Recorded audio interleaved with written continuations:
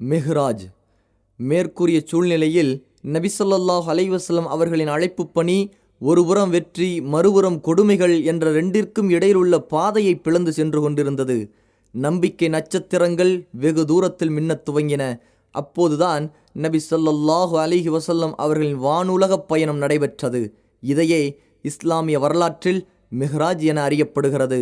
மிஹ்ராஜின் நிகழ்ச்சி எப்போது நடந்தது என்பதில் பல கருத்துகள் உள்ளன. ஒன்று, நபித்துவம் கிடைத்த ஆண்டு நடைபெற்றது. இதை இமாம் தபரி ஆமோதிக்கிறார்கள்.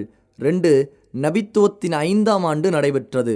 இதை இமாம் நவவியும் இமாம் குர்தூபியும் உறுதிப்படுத்துகிறார்கள். 3, நபித்துவத்தின் 10ஆம் ஆண்டு ரஜப் மாதம் 27வது இரவில் நடைபெற்றது. 4, ஹிஜ்ராவிற்கு 16 மாதங்களுக்கு முன், அதாவது நபித்துவத்தின் 12வது வருடம் ரமலான் மாதத்தில் நடைபெற்றது. 5, ஹிஜ்ராவிற்கு ஓர் ஆண்டு 2.5 மாதங்களுக்கு முன், அதாவது நபித்துவத்தின் 13ஆம் ஆண்டு முஹர்ரம் மாதத்தில் நடைபெற்றது. 6, ஹிஜ்ராவிற்கு ஓர் ஆண்டுக்கு முன், அதாவது நபித்துவத்தின் 13ஆம் ஆண்டு ரபியுல் அவ்வல் மாதம் நடைபெற்றது. இந்த கருத்துகளில் முதல் 3 கருத்துகள் சரியல்ல. ஏனென்றால் அன்னை கதீஜா ரலியல்லாஹு அன்ஹா நபித்துவத்தின் 10ஆம் ஆண்டு ரமலான் மாதத்தில் தான் இறந்தார்கள். அன்னார் தொழுகை கடமையாக்கப்படுவதற்கு முன் மரணித்து விட்டார்கள். தொழுகை மிஹ்ராஜில் தான் கடமையாக்கப்பட்டது. ஆகவே மேற்கூறப்பட்ட முதல் 3 கருத்துகள் சரியானவையாக இருக்க முடியாது. அடுத்த 3 கருத்துகளில் எந்த கருத்து மிக ஏற்றமானது என்பதற்குரிய சரியான சான்றுகள் எனக்கு கிடைக்கவில்லை. ஆனால் அத்தியாயம் இஸ்ராவின் கருத்துக்களை நன்கு ஆய்வு செய்யும் போது மிஹ்ராஜ் சம்பவம் மக்கா வாழ்க்கையின் மிக இறுதியில்தான் நடைபெற்றது என்பது தெரிய வருகிறது. இந்த நிகழ்ச்சியின் விளக்கங்களை ஹதீஸ் நபிமொழி கலையின் வல்லுநர்கள் விரிவாக கூறியிருப்பதை இங்கு நாம் சுருக்கமாக குறிப்பிடுவோம். இப்னுல் கையிம் ரஹ்மத்துல்லாஹி அலைஹி அவர்கள் கூறுகிறார்கள், நபி ஸல்லல்லாஹு அலைஹி வஸல்லம் அவர்கள் மிஹ்ராஜுக்கு தனது உடலுடன் சென்றார்கள். இந்த பயணத்தில் மஸ்ஜிதுல் ஹராமில் தொடங்கி முதலில் பைத்துல் முகதஸ் சென்றார்கள். ஜிப்ரில் அலைஹி ஸலாத்து வஸ்ஸலாம் நபி ஸல்லல்லாஹு அலைஹி வஸல்லம் அவர்களை புராக் என்னும் வாகனத்தில் அழைத்து சென்றார்கள். புராக் என்னும் வாகனத்தை மஸ்ஜிதுல் அக்ஸாவுடைய கதவின் வளையத்தில் கட்டிவிட்டு நபிமார்கள் அனைவருக்கும் இமாமாக தொழுகை நடத்தினார்கள். குதிரையை விட சிறிய, கோவேறு கழுதையை விட பெரிய வாகனம்தான் புராக் என்பது. இது விசேஷமாக நபி அவர்களுக்கு வானுலக பயணம் செல்ல பயன்படுத்தப்பட்டது. பிறகு அதே பைத்துல் முக்தஸிலிருந்து முதல் வானத்திற்கு ஜிப்ரில் அழைத்து சென்றார்கள். நபி ஸல்லல்லாஹு அலைஹி வஸல்லம் அவர்களுக்காக ஜிப்ரில் கதவை திறக்க கோரவே அவர்களுக்காக கதவு திறக்கப்பட்டது. அங்கு மனிதகுல தந்தை ஆதம் அலைஹிஸ்ஸலாத்து வஸ்ஸலாம் அவர்களை சந்தித்தார்கள்.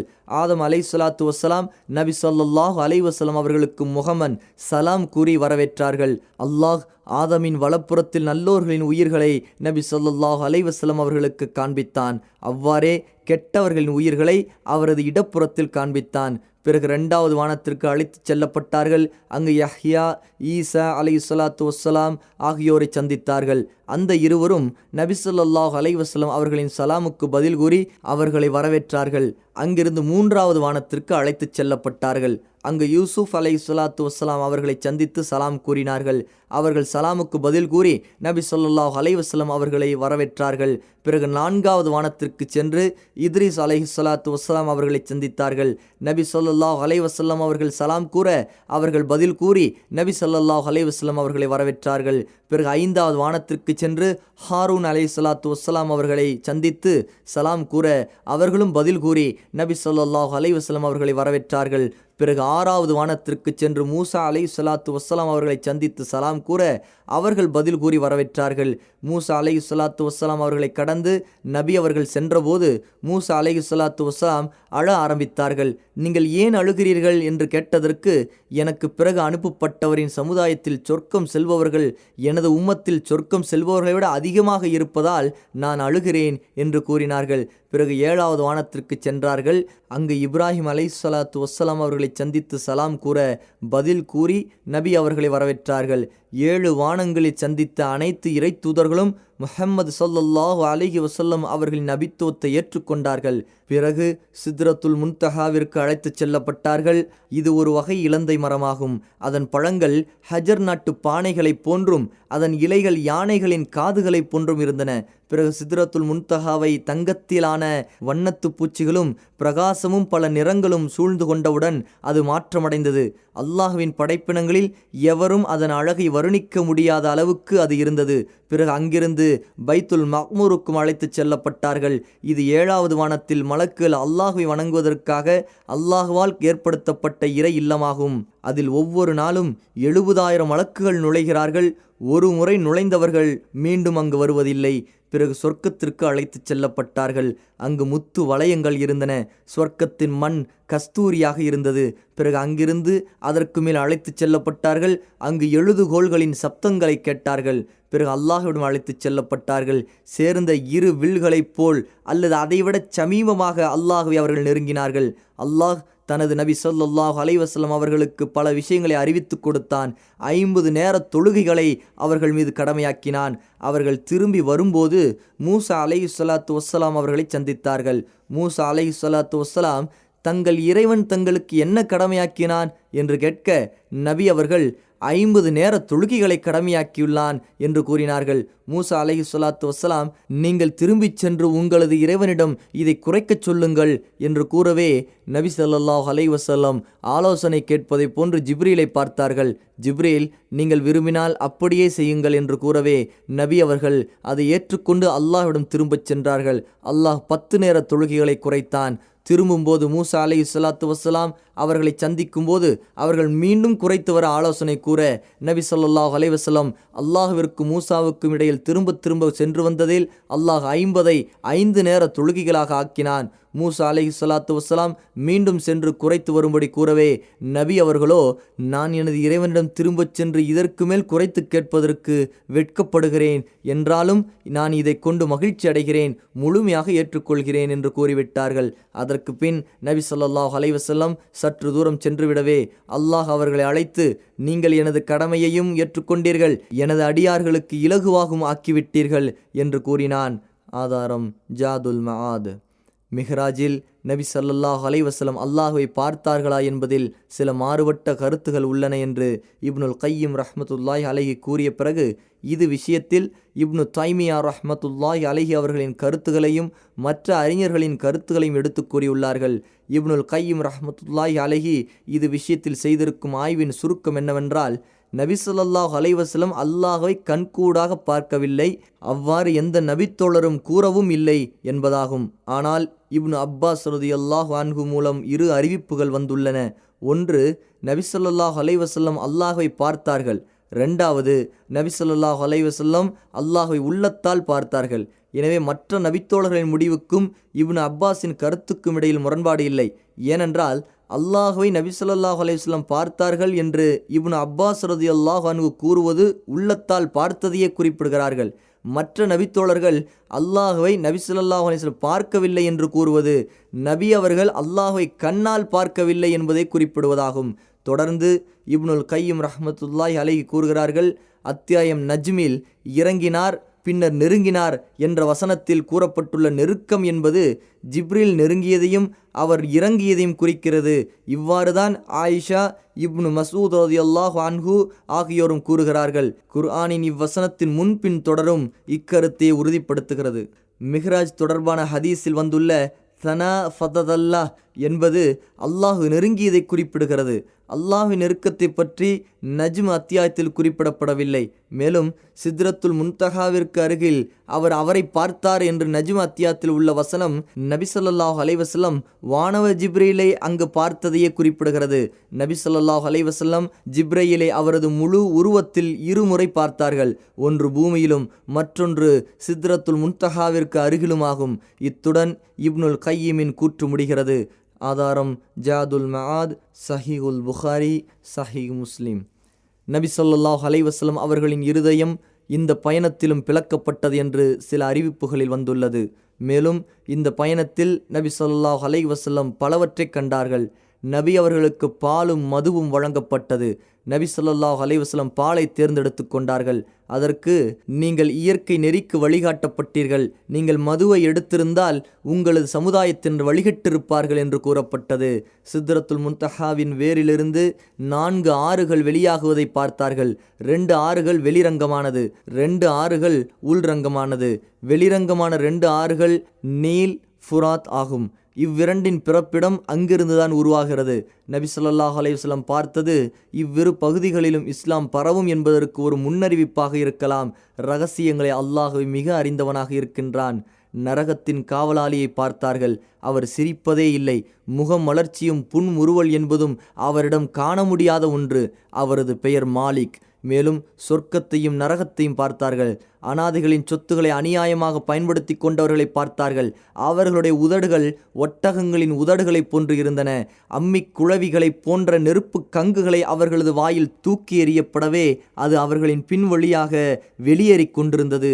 வட்டி வாங்கி வந்தவர்களையும் பார்த்தார்கள். அவர்களது வயிறு மிக பெரியதாக இருந்ததால் அவர்கள் தங்களது இடங்களிலிருந்து எந்த பக்கமும் திரும்ப சக்தியற்றவர்களாக இருந்தனர். ஃபிர்அவுனின் குடும்பத்தாரை நரகத்தில் கொண்டு வரப்படும் போது அவர்கள் இவர்களை கடந்து செல்வார்கள். அப்போது அவர்கள் இவர்களை மிதித்தவர்களாக செல்வார்கள். விபச்சாரம் செய்தவர்களையும் பார்த்தார்கள். அவர்களுக்கு முன் கொழுத்த நல்ல இறைச்சி துண்டும் இருந்தது. அதற்கு அருகில் துர்நாற்றம் வீசும் அருவருப்பான மெலிந்த இறைச்சி துண்டும் இருந்தது. அவர்கள் இந்த துர்நாற்றம் வீசும் இறைச்சி துண்டையே சாப்பிடுகின்றனர். நல்ல கொழுத்த இறைச்சி துண்டை விட்டு விடுகின்றனர். பிற ஆண்கள் மூலம் குழந்தை பெற்றுக்கொண்டு அதை தங்களது கணவன் மூலம் பெற்ற குழந்தை என்று கூறும் பெண்களையும் பார்த்தார்கள். இத்தகைய பெண்கள் மார்பகங்கள் கட்டப்பட்டு அதில் அவர்கள் தொங்கிக் கொண்டிருந்தார்கள். நபி ஸல்லல்லாஹு அலைஹி வஸல்லம் மிஹ்ராஜ் போகும்போதும் வரும்போதும் மக்காவாசிகளின் வியாபார கூட்டத்தை வழியில் பார்த்தார்கள். அவர்களின் ஒரு ஒட்டகம் தவறி இருந்தது. அவர்களுக்கு நபி ஸல்லல்லாஹு அலைஹி வஸல்லம் அதை காண்பித்து கொடுத்தார்கள். அவர்கள் தூங்கிக் கொண்டிருந்த போது அவர்களின் மூடி வைக்கப்பட்டிருந்த பாத்திரத்திலிருந்து தண்ணீரை அருந்திவிட்டு மீண்டும் அப்பாத்திரத்தை அவ்வாறே மூடி வைத்து விட்டார்கள். அன்று இரவு விண்வெளி பயணம் முடித்து திரும்பிய நபி ஸல்லல்லாஹு அலைஹி வஸல்லம் காலையில் மக்களுக்கு பிரயாண கூட்டத்தை பற்றி கூறியது நபி ஸல்லல்லாஹு அலைஹி வஸல்லம் அவர்களின் விண்வெளி பயணம் உண்மை என்பதற்குரிய மிகப்பெரிய ஆதாரமாக அமைந்தது. ஆதாரம் சஹீஹுல் புகாரி, சஹீஹ் முஸ்லிம், ஜாதுல் மஆத், இப்னு ஹிஷாம். இப்னுல் கையிம் ரஹ்மத்துல்லாஹி அலைஹி கூறுகிறார், காலையில் நபி ஸல்லல்லாஹு அலைஹி வஸல்லம் தங்களது கூட்டத்தாரிடம் அல்லாஹ் தனக்கு காண்பித்த மாபெரும் அத்தாட்சிகளை அறிவித்தார்கள். இதை கேட்ட அந்த மக்கள் முன்பை விட அதிகமாக நபி ஸல்லல்லாஹு அலைஹி வஸல்லம் அவர்களுக்கு நோவினையும் தொந்தரவும் கொடுத்து அவர்களை பெரும் பொய்யர் என்று வர்ணித்தனர். உங்களது பயணம் உண்மையானதாக இருந்தால் எங்களுக்கு பைத்துல் முக்தஸின் அடையாளங்களை கூறுங்கள் என்று கேட்டார்கள். அல்லாஹ் நபி ஸல்லல்லாஹு அலைஹி வஸல்லம் அவர்களின் கண்முல் பைத்துல் முக்தஸை காண்பிக்கவே நபி ஸல்லல்லாஹு அலைஹி வஸல்லம் அவர்கள் அந்த மக்கள் கேட்ட அடையாளங்களை அப்படியே கூறினார்கள். அதில் எதையும் அவர்களால் மறுக்க முடியவில்லை. நபி அவர்கள் மிஹ்ராஜ் போகும் வழியில் சந்தித்த வியாபார கூட்டத்தையும் அது எப்போது மக்காவிற்கு வரும் என்பதையும் அவர்களது காணாமல் போன ஒட்டகத்தை பற்றியும் மக்காவாசிகளுக்கு அறிவித்தார்கள். நபி ஸல்லல்லாஹு அலைஹி வஸல்லம் எவ்வாறு கூறினார்களோ அனைத்தும் அவ்வாறே நடந்தன. இருப்பினும் இந்த உண்மையை ஏற்றுக்கொள்ளாத அவர்கள் நிராகரிக்கவே செய்தார்கள். சத்தியத்தை விட்டும் வெகு தூரம் விலகியே சென்றார்கள். ஆதாரம் சஹீஹுல் புகாரி, சஹீஹ் முஸ்லிம், ஜாதுல் மஆத். மக்கள் இந்நிகழ்ச்சியை பொய் என்று மறுத்து கூறிய போது அபூபக்கர் ரலியல்லாஹு அன்ஹு இந்த நிகழ்ச்சியை உண்மையென்றும் சத்தியமென்றும் ஏற்றுக்கொண்டதால் தான் அவர்களை சித்தீக், வாய்மையாளர் என்று அழைக்கப்பட்டது. ஆதாரம் இப்னு ஹிஷாம். இந்த வானுலக பயணம் நடைபெற்றதற்குரிய மகத்தான காரணத்தை பற்றி கூறும்போது மிகச் சுருக்கமாக, நாம் நம்முடைய அத்தாட்சிகளை அவருக்கு காண்பிப்பதற்காகவே என்று அல்லாஹ் குறிப்பிடுகின்றான். அல்லாஹ் மிக பரிசுத்தமானவன். அவன் முஹம்மது ஸல்லல்லாஹு அலைஹி வஸல்லம் என்னும் தன் அடியாரை காபாவாகிய சிறப்புற்ற பள்ளியிலிருந்து வெகு தூரத்தில் இருக்கும் பைத்துல் முக்தஸில் உள்ள மஸ்ஜிதுல் அக்ஸாவிற்கு ஒரே இரவில் அழைத்துச் சென்றான். அவ்வாறு அழைத்துச் சென்ற நாம் அதனை சூழ உள்ளவை சிறப்புற்று ஓங்க அபிவிருத்தி அடைய செய்திருக்கிறோம். நம்முடைய அத்தாட்சிகளை அவருக்கு காண்பிப்பதற்காகவே அங்கு அழைத்துச் சென்றோம். நிச்சயமாக உங்களது இறைவன் செவியுறுபவனாகவும் உற்று நோக்கியவனாகவும் இருக்கின்றான். அல் குர்ஆன் அத்தியாயம் 17 வசனம் 1. இது நபிமார்கள் விஷயத்தில் அல்லாஹ்வின் நியதியாகும். பல இறை தூதர்களுக்கு இவ்வாறு பல அத்தாட்சிகளை அல்லாஹ் காண்பித்திருக்கின்றான். இப்ராஹிம் உறுதியான நம்பிக்கையுடையவர்கள் ஆவதற்காக வானங்களிலும் பூமியிலும் உள்ள நம்முடைய ஆட்சிகளை நாம் அவருக்கு இவ்வாறு காண்பித்து வந்தோம். அல் குர்ஆன் அத்தியாயம் 6 வசனம் 75. நபி மூசா அலைஹிஸ்ஸலாத்து வஸ்ஸலாம் அவர்களை பற்றி இவ்வாறு இன்னும் நம்முடைய பெரிய அத்தாட்சிகளை உங்களுக்கு நாம் காண்பிப்போம். அல் குர்ஆன் அத்தியாயம் 20 வசனம் 23 என்று அல்லாஹ் குறிப்பிடுகின்றான். நபி இப்ராஹிம் அலைஹிஸ்ஸலாத்து வஸ்ஸலாம் அவர்களுக்கு அல்லாஹ் ஏன் அத்தாட்சிகளை காண்பித்தான் என்பதற்கு அவர் நம்மை உறுதி கொண்டவர்களில் ஒருவராக ஆக வேண்டும் என்பதற்காக என்ற காரணத்தை கூறுகிறான். இறை தூதர்களுக்கு இவ்வாறு பல அத்தாட்சிகளை அல்லாஹ் காண்பித்ததால் அவர்கள் உள்ளத்திலிருந்த நம்பிக்கை மேன்மேலும் உறுதியடைந்தது. ஆகவேதான் அல்லாஹ்வின் பாதையில் பிறரால் சகித்து கொள்ள முடியாததை இறை தூதர்களால் சகித்து கொள்ள முடிந்தது. உலகத்தின் எவ்வளவு பெரிய சக்தியாயினும் சரி, அது கொசுவின் இறக்கைக்கு சமமாகவே அவர்களிடம் இருந்தது. சிரமங்களும் துன்பங்களும் எவ்வளவுதான் அவர்களுக்கு ஏற்பட்டாலும் அதை அவர்கள் ஒரு பொருட்டாகவே எடுத்துக்கொள்ளவில்லை. இப்பயணத்தில் மறைந்திருக்கும் ஞானங்களையும் இரகசியங்களையும் மார்க்க சட்டங்களின் இரகசியங்களை பற்றி விவரிக்கும் நூல்களில் காணலாம். எனினும் இப்பயணத்தில் பல உண்மைகளும் யதார்த்தங்களும் நிறைந்துள்ளன. அவற்றில் சிலவற்றை இங்கு சுருக்கமாக பார்ப்போம். இந்த வானுலக பயணச் சம்பவத்தை பற்றி மேற்கூறப்பட்ட அல் குர்ஆன் அத்தியாயம் 17 வசனம் 1 மட்டும்தான் அல்லாஹ் குறிப்பிடுகின்றான். இந்த ஒரு வசனத்தை தொடர்ந்து வரும் வசனங்களில் யூதர்களின் கெட்ட செயல்கள் மற்றும் குற்றங்களை பற்றி அல்லாஹ் விரிவாக கூறுகிறான். அதன் இறுதியில் இந்த குர்ஆன் தான் மிகச் சரியான வழிகாட்டுகின்றது என்று கூறுகின்றான். இந்த வசனங்களை ஓதுபவர் மெஹ்ராஜ் சம்பவம், யூதர்களின் அநியாயங்கள், குர்ஆனை பற்றிய புகழ்ச்சி இவற்றுக்கிடையில் என்ன தொடர்பு இருக்கிறது என யோசிக்கலாம். ஆம், உண்மையில் ஆழமான தொடர்பு இருக்கிறது. அதன் விளக்கம் என்னவென்றால், முஹம்மது ஸல்லல்லாஹு அலைஹி வஸல்லம் நபியாக அனுப்பப்படுவதற்கு முன் யூதர்கள்தான் மனித சமுதாயத்தை வழிநடத்தும் பொறுப்பை வகித்தார்கள். ஆனால் அவர்கள் செய்த அநியாயங்களின் காரணமாக அந்த பொறுப்புக்கு தகுதியற்றவர்களாக ஆகிவிட்டார்கள். எனவே அவர்களிடமிருந்து அந்த தகுதியை அல்லாஹ் தனது தூதருக்கு அதி விரைவில் மாற்றப் போகின்றான். நபி இப்ராஹிம் அலைஹிஸ்ஸலாத்து வஸ்ஸலாம் அவர்களுடைய இஸ்லாமிய அழைப்பு பணியின் இரு மையங்களான மக்காவையும் பலஸ்தீனையும் நபி ஸல்லல்லாஹு அலைஹி வஸல்லம் அவர்களுக்கு ஒருங்கே அருள இருக்கின்றான். மோசடி, குற்றம், வரம்பு மீறுதல் ஆகியவற்றையே தங்களது குலத் தொழிலாக கொண்ட சமூகத்திடமிருந்து ஆன்மீக வழிகாட்டலின் தலைமைத்துவத்தை பறித்து நன்மைகளையே நோக்கமாக கொண்ட சமுதாயத்திற்கு அல்லாஹ் அருள இருக்கின்றான் என்பதை நபி ஸல்லல்லாஹு அலைஹி வஸல்லம் அவர்களை மக்காவிலிருந்து பைத்துல் முகத்தஸிற்கு அழைத்துச் செல்லப்பட்ட இந்த நிகழ்ச்சி உறுதி செய்தது. மக்காவின் தெருக்களிலும் மலை ஓரங்களிலும் விரட்டியடிக்கப்பட்டு கண்ணியமிழந்து சுற்றி வரும் ஒருவருக்கு இந்த தலைமைத்துவம் எப்படி கிடைக்கும்? அதாவது இஸ்லாமிய அழைப்பு பணியின் முதல் கட்டமான இந்த சிரமமான காலம் வெகு விரைவில் முடிந்து முற்றிலும் மாறுபட்ட ஒரு புதிய காலகட்டம் தொடரப்போகிறது என்பதையே நபி ஸல்லல்லாஹு அலைஹி வஸல்லம் அவர்களின் இந்த நிகழ்ச்சி குறிப்பிடுகிறது. இதையே பின்வரும் வசனங்களும் உறுதி செய்கின்றன. அந்த வசனங்களில் அல்லாஹ் இணை வைப்பவர்களை மிக தெளிவாகவும் கடுமையாகவும் எச்சரிக்கை செய்கிறான். ஓர் ஊரை அவ்வூராரின் தீய செயலின் காரணமாக நாம் அழித்துவிட கருதினால் அதில் சுகமாக வாழ்பவர்களை நாம் ஏவுகிறோம். அவர்கள் அதில் விஷமம் செய்ய ஆரம்பித்து விடுகிறார்கள். பின்னர் அவர்கள் மீது நம்முடைய வாக்கு ஏற்பட்டு அவ்வூரை நாம் அடியோடு அழித்து விடுகிறோம். நூகுக்கு பின்னர் நாம் எத்தனையோ வகுப்பாரை அவர்களின் அநியாயத்தின் காரணமாக அழித்திருக்கிறோம். தன் அடியார்களின் பாவங்களை அறிந்து கொள்வதற்கு உங்களது இறைவனே போதுமானவன். மற்ற எவரின் உதவியும் தேவையில்லை. அவன் அனைத்தையும் நன்கறிந்தவனும் உற்று நோக்கியவனாகவும் இருக்கின்றான். அல் குர்ஆன் அத்தியாயம் 17 வசனங்கள் 16, 17. இது நாள் வரை நிராகரிப்போருக்கு அவகாசம் தரப்பட்டது. அவர்கள் நபி ஸல்லல்லாஹு அலைஹி வஸல்லம் அவர்களுக்கும் முஸ்லிம்களுக்கும் செய்த அநீதிகளை அல்லாஹ் பொறுத்து வந்தான். ஆனால் இனியும் அவர்கள் இத்தகைய தவறுகளிலிருந்து விலகாவிட்டால் அல்லாஹ் அவர்களை கடுமையாக தண்டிப்பான் என்ற எச்சரிக்கை மேற்கூறிய வசனத்திலிருந்து தெரிய வருகின்றது. இதைத் தொடர்ந்து இஸ்லாமிய சமூகத்திற்கு அடிப்படையான கொள்கைகள், ஒழுக்கங்கள், கலாச்சாரங்கள் எப்படி அமைய வேண்டும் என்பதையும் விரிவாக விளக்குகிறான். முஸ்லிம்களுக்கு அல்லாஹ் தனி நாட்டையும் அதிகாரத்தையும் கொடுக்கும்போது அவர்களது சமுதாயம் கடைபிடிக்க வேண்டிய சட்டதிட்டங்களை எல்லாம் அல்லாஹ் கூறுவது போன்றே இருக்கின்றது இது. மேலும் வெகு விரைவில் நபி ஸல்லல்லாஹு அலைஹி வஸல்லம் அவர்களுக்கு பாதுகாப்பான இடத்தையும் உலகத்தின் அனைத்து பகுதிகளிலும் இஸ்லாமிய அழைப்பு பணியை விரிவாக்குவதற்கு ஒரு மையத்தையும் அல்லாஹ் தர இருக்கின்றான் என்பதை இந்த நிகழ்ச்சி சுட்டிக்காட்டுகிறது. இந்த காரணங்களின் அடிப்படையில்தான் நபி ஸல்லல்லாஹு அலைஹி வஸல்லம் அவர்களின் வானுலக பயண நிகழ்ச்சி மக்கா வாழ்க்கையின் இறுதியில் நடைபெற்றது. இதுவே ஏற்றமான சரியான சொல் என்று நாம் கூறுகிறோம். அகபாவில் நடைபெற்ற முதல் ஒப்பந்தத்திற்கு முன் அல்லது முதலாவது 2வது ஒப்பந்தங்களுக்கிடையில் இந்த நிகழ்ச்சி நடைபெற்றது. பின்வரும் செய்திகளில் அந்த ஒப்பந்தங்களின் விவரங்களை பார்க்க இருக்கிறோம்.